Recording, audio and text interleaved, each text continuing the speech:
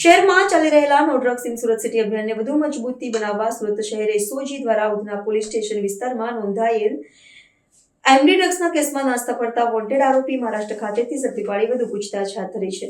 Police commissioner Shri Anupamsinh Gehlot દ્વારા આપવામાં આવેલ સૂચનો અનુસાર ઉચ્ચ અધિકારીઓના માર્ગદર્શન હેઠળ એસઓજી દ્વારા આરોપીઓને પકડવા માટે વિશેષ કાર્યવાહી હાથ ધરવામાં આવી રહી છે. આ અંગે મળતી માહિતી અનુસાર એસઓજીના હેડ કોન્સ્ટેબલ રામજીભાઈ મોહનભાઈ અને હેડ કોન્સ્ટેબલ કિરીટભાઈ શામજીભાઈને મળેલી ચોક્કસ બાતમીના આધારે મહારાષ્ટ્ર રાજ્યમાંથી મહેશ જીવરાજભાઈ વાઘાણીને ઝડપી પાડવામાં આવ્યું છે.